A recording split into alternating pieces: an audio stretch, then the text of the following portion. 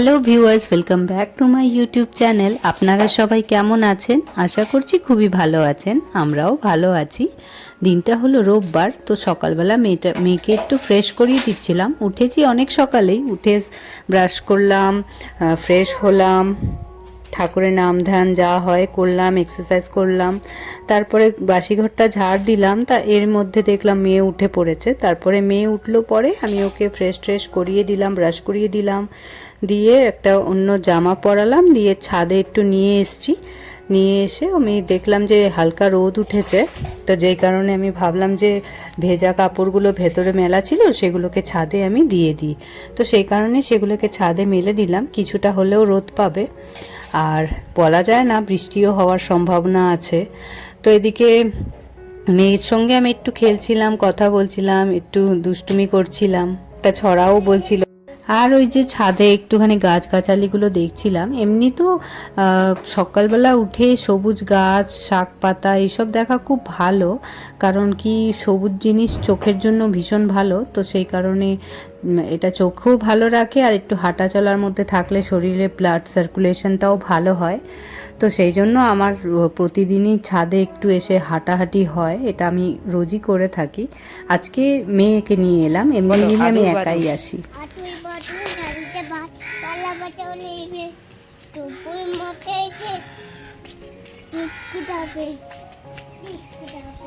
আমার দিকে তাকিয়ে চামচিকিতে বাজনা বাজায় ট্যাংরা কাটিতে।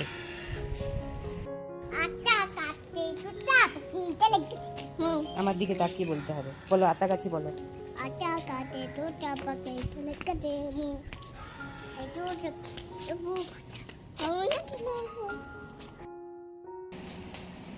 জুতো খুলে দাও।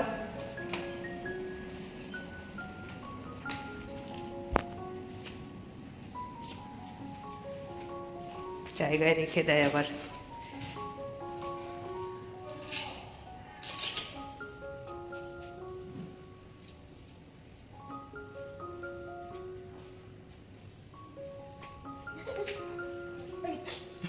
রেখে দিচ্ছে জায়গায়, বাবা যেখানে থাকে রেখে দিচ্ছে। কিন্তু এই তো ডান পা বা পায়ের জুতোটা ঠিক বোঝে না, সেই জন্য উল্টো করে রাখলো। তো আমি পরে ওটাকে ঠিক করে দিলাম। তো তারপর ওই মেয়েকে একটুখানি খেলতে দিয়ে আমি কয়েকটা জামা কাপড় ছিল, তো সেগুলোকে ভাঁজ করে নিচ্ছি, দিয়ে যেখানে থাকে আলনার মধ্যে সেখানে রেখে দিচ্ছি। আপনাদেরকে রিকোয়েস্ট আছে, যদি আমার ভিডিওগুলো ভালো লেগে থাকে তাহলে আমার চ্যানেলটাকে প্লিজ সাবস্ক্রাইব করে দেবেন, আর ভিডিওগুলোকে লাইকও করে দিতে পারেন। আশা করছি আমার ভিডিওগুলো আরও আস্তে আস্তে আরও বেশি ইমপ্রুভ হবে। যদি কোনো ভুল থাকে তাহলে আমি সেটাকে চেষ্টা করব নেক্সট ভিডিওতে না আনার। আর এদিকে দেখছেন কাপড় জামা গোছানো হয়ে গেছে, তো এরপর জয়তিদিও চলে আসবে, তারপর চা টা খাবো, ব্রেকফাস্ট করব। তো এইগুলোই কাজ রয়েছে। তো জামা কাপড় গোছাতে গোছাতে আমার আগের দিনের ভিডিওতে দুটো কমেন্ট এসেছিলো, তো সেটাই বলি। এমন কিছু বড় কমেন্ট নয়, আমার ভিডিওগুলো ভালো লাগলো এরকমই লেখা ছিল। তো শম্পা রায় আইডি থেকে, শম্পা রায় 123 আইডি থেকে একজন বলেছেন খুব ভালো লাগলো ভিডিও। তো দিদি ভাই, আমারও খুব ভালো লাগলো যে আপনি আমাকে কমেন্ট করেছেন। আর ঘরকন্যা RS থেকেও একজন কমেন্ট করেছেন, তো উনিও বললেন জয়গুরু বোন, খুব ভালো লাগলো। তো আপনাদেরকেও জানাই জয়গুরু, আপনাদের সবাইকে জয়গুরু। আপনারাও প্লিজ আমার চ্যানেলটাকে যদি সাবস্ক্রাইব না করে থাকেন করে দেবেন, আমার পাশে থাকবেন, আমার এতে খুব ভালো লাগবে। আর তারপর আমার হাজব্যান্ড উঠে পড়েছিল, তো ভাবলাম যে বিছানাটা গুছিয়ে নিই। তো সেই কারণে বিছানা গোছাতে গিয়ে ভাবলাম যে আজকে বেডশিটটা চেঞ্জ করে দিই, যেহেতু সানডে হাতে সময় রয়েছে। তো সানডেতে তো আর মানে এক্সট্রা কাজগুলো করার জন্য বেস্ট ডে। তো সেই কারণে ভাবলাম যে বিছানাটার চাদরটা চেঞ্জ করে নিই, তো সেই কারণে চেঞ্জ করছি। আর আমার মেয়ে সবসময় আমি যখনই বেডশিট পাল্টাই আমার পাশেই থাকে আর আমাকে অনেক রকমভাবে হেল্প করে। যেমন কি আমি বালিশের ওয়্যারগুলো খুলছিলাম, তো বালিশের ওয়্যারগুলো ওর হাতে দিচ্ছিলাম আর ও গিয়ে চেয়ারে রেখে দিচ্ছিল। চেয়ারে আমি আধোয়া কাপড়, মানে যেগুলো ধোয়ার জন্য থাকে, মানে ধুতে হবে এরকম কাপড় জামা আমি জড়ো করে রাখি আর 2-4টে করে প্রতিদিনই কেচে দিই। তো এইভাবেই আমার মেয়েও দেখেছে যে যেগুলো ধুতে হবে সেগুলোকে আমি সরিয়ে রাখি চেয়ারে। তো ও সেটাই আমার হেল্প করে। আমি ওকে বললাম যে শোনা এগুলোকে চেয়ারে রেখে দাও, তারপর গিয়ে ও সেটা চেয়ারে রেখে আসছিল। আর এদিকে দেখছেন পুতুলটা ও নিজেই নিয়ে এসেছে, নিজে গিয়ে সাজালো। আমি বললাম শোনা এই বালিশটার ওপর রাখো, তা আবার ওটাকে তুললো আর আমি বালিশে রেখে দিল। আর এই যে ওর যে সাইড বালিশগুলো, পাশ বালিশ, তো সেই বালিশগুলোকে ও যেখানেই থাকে সেখানেই রেখে দিয়েছে। তো আমি বললাম ভালো করে রাখো, তারপর গিয়ে আবার ওটাকে সুন্দর করে সেট করে দেবে। হ্যাঁ, তারপরে আবার সেকেন্ড বালিশটাও রেখে দেবে। ও জানে এই বালিশগুলো কোথায় থাকে, তো প্রতিদিন দেখে বলে তো সেটাই ফলো করছে। আর এদিকে পুতুলের সঙ্গে একটু খেলছিল, তো ভাবলাম ভিডিও করে রাখি। তো যাই হোক, জয়দিদি অনেকক্ষণ আগেই চলে এসেছিল, চা খাওয়া অলরেডি হয়ে গেছে। আর এদিকে আমি ছোলা সেদ্ধ বসাচ্ছি। ছোলা সেদ্ধ আজকে কোনো ফ্রাই হবে না, কাঁচা ছোলাই, মানে সেদ্ধ ছোলাই খাবো। তো আমার হাজব্যান্ডও কাঁচা ছোলা খেয়েছে আর আমি আর জয়দিদি সেদ্ধ করে সেই সেদ্ধ ছোলাটা খাবো। তো ব্রেকফাস্ট হয়ে গেছে। আমার হাজব্যান্ড মাছ বাজার গেছে, ও মাছ আর সবজি কিনবে। আর এদিকে আমি কিছু ডাস্টিং ফাস্টিংয়ের কাজ রয়েছে, তো সেগুলো করে নিচ্ছি। তো এই জানলাটা ভাবলাম একটুখানি ঝেড়ে নিই, কারণ কি খুব একটা ময়লা হতে দিলে না আরও বেশি হয়ে যায়। তো সেই কারণে ভাবলাম অল্প থাকতেই ঝেড়ে নিলে ময়লাটা হবে না চট করে। আর এরই মধ্যে আবার মনে হলো যে ফ্রিজটাও একটু বাইরের দিকে যে ফ্রিজের সারফেসটা আছে সেগুলোকে একটু মুছে নেওয়া যাক ভালো করে।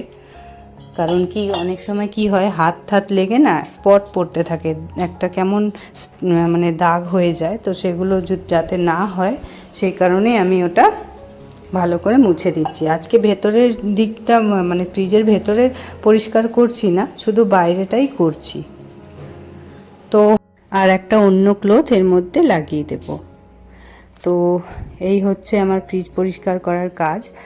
আর এরপর আমি ঘরটা মুছবো, মুছে স্নান করব। তো যেহেতু আজকে রোববার, তো আজকে বাথরুমটাও পরিষ্কার করব, কারণ বাথরুমটাও উইকলি বেসিসে পরিষ্কার করি আমি। আর যেদিনকে শ্যাম্পু করি সেদিনকেও একটু পরিষ্কার করে নিই। তো রেগুলার বেসিসে এরকম করতে থাকলে বাথরুমটাও সুন্দর থাকে, পরিষ্কার পরিচ্ছন্ন থাকে। আর এদিকে ফ্রিজের উপর আমি বিশেষ কিছু রাখি না, তো কয়েকটা ঠোঙা, যে মানে জিনিসপত্র যেগুলো কেনা হয় মুদিখানা থেকে, তো ঠোঙাগুলো পাই, তো সেগুলোকে আমি ফেলি না, সেগুলোকে আমি গুছিয়ে ফ্রিজের উপরই রাখি, কারণ হাতের কাছে থাকলে না ইনস্ট্যান্ট ইউজ করতে পারি। আর একটা পেপারও রাখি, যেটা আমি কোথাও পাততে হলে সেটা ব্যবহার করি, সেই কারণে। তো আর বিশেষ কিছু রাখি না। আর ওই ম্যাগনেটগুলো ফ্রিজে লাগিয়ে দিয়েছিলাম। তো দেখলাম যে বৃষ্টি হয়েছিল ঠিকই, কিন্তু পরে আবার রোদ দেখা দিয়েছিল। তো ভাবলাম যে কাপড়গুলো শেডে মেলা, সেগুলোকে আবার ছাদে দিয়ে দিচ্ছি।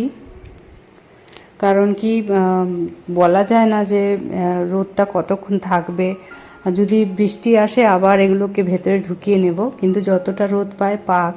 তো সেই কারণেই আমি আবার মেলে দিচ্ছি।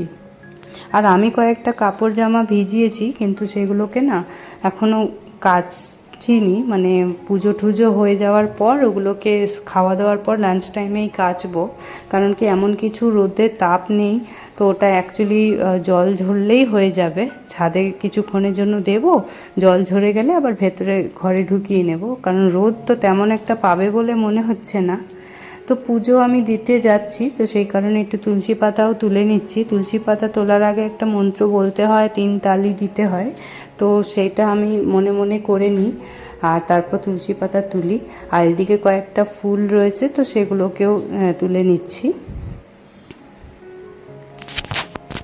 আজ যেহেতু রোববার, তাই একটু বেলা করেই পুজোটা দেওয়া হচ্ছে। এমনি দিনে তো একটু আর্লি দেওয়ার চেষ্টা করি।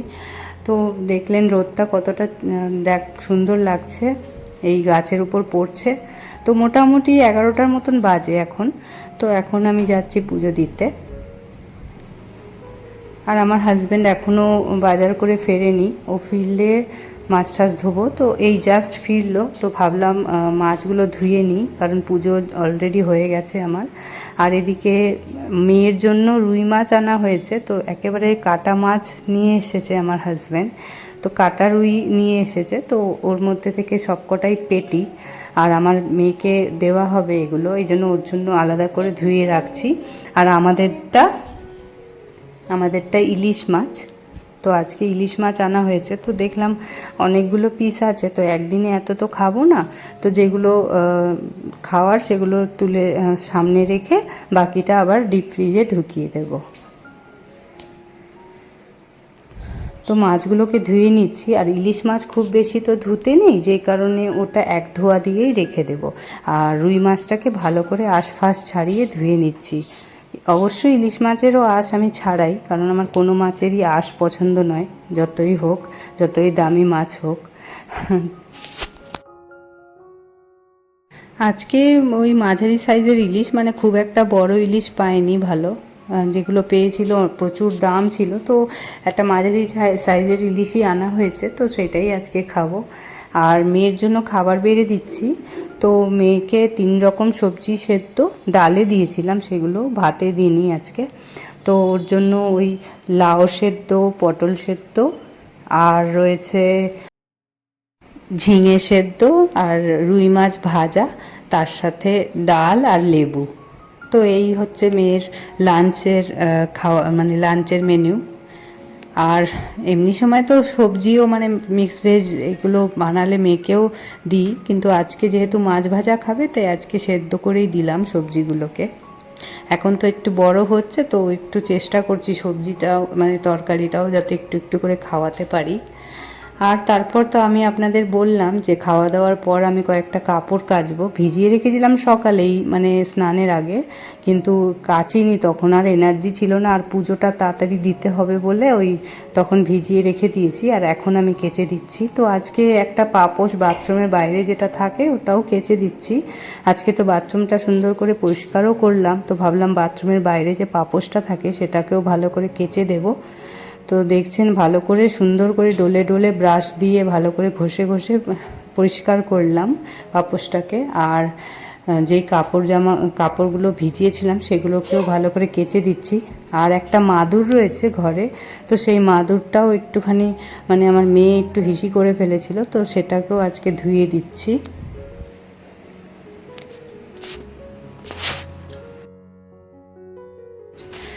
তো দেখুন কত ময়লা বেরোচ্ছে এটা থেকে, এটা যত ঘষি ততই যেন ময়লা বেরোয়, যতই আমি রেগুলার বেসিসে পাল্টাই না কেন, ময়লা তো হয়ই বাথরুমের বাইরের পাপোশগুলো।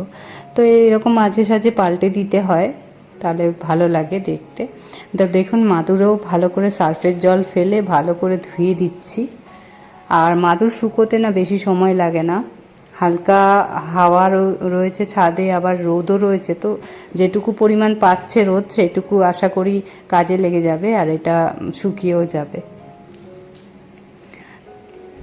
তো সত্যি কথা বলতে খাওয়া দাওয়ার পর না জামা কাপড় কাচতে ইচ্ছে করে না, কিন্তু এখনকার ওয়েদার যা, কখনো রোদ কখনো বৃষ্টি, এরকম কোনো ভরসা পাচ্ছি না যে রোদ্দুর পাবেই, তো যখন খুশি তখন কাচ্ছি। আর সত্যি কথা বলতে পুজোর একটা তাড়া থাকে সকালে, তো আমি স্নানের আগে কয়েকটা জামা কাপড় ভিজিয়ে রাখি, আর এটা পরে গিয়ে কেচে দিই দুপুরের দিকে, কারণ ওই সময়টা আমি একটু ফাঁকা পাই ওই লাঞ্চ টাইমে, তো ওই সময়টা একটু ফাঁকা পাই। তো এটা আমি ইদানিং করছি বৃষ্টির সিজনে, এমনি দিনে আমি মানে গরমকাল হোক শীতকাল হোক আমি একদম স্নানের আগেই কেচে দিই। আর স্নানটাও অনেকটাই আর্লি করার চেষ্টা করি সব সময়, যাতে পুজোটা আমি সকাল সকাল দিতে পারি, সেই চেষ্টা অবশ্যই আমার সব সময় থাকে। তো এদিকে আমি দেখছেন জামা কাপড়গুলো মেলে দিচ্ছি, আর প্রচুর বৃষ্টি হয়েছিল, তো আপনারা ছাদ দেখে বুঝতে পারছেন কীরকমভাবে জল জল হয়ে রয়েছে।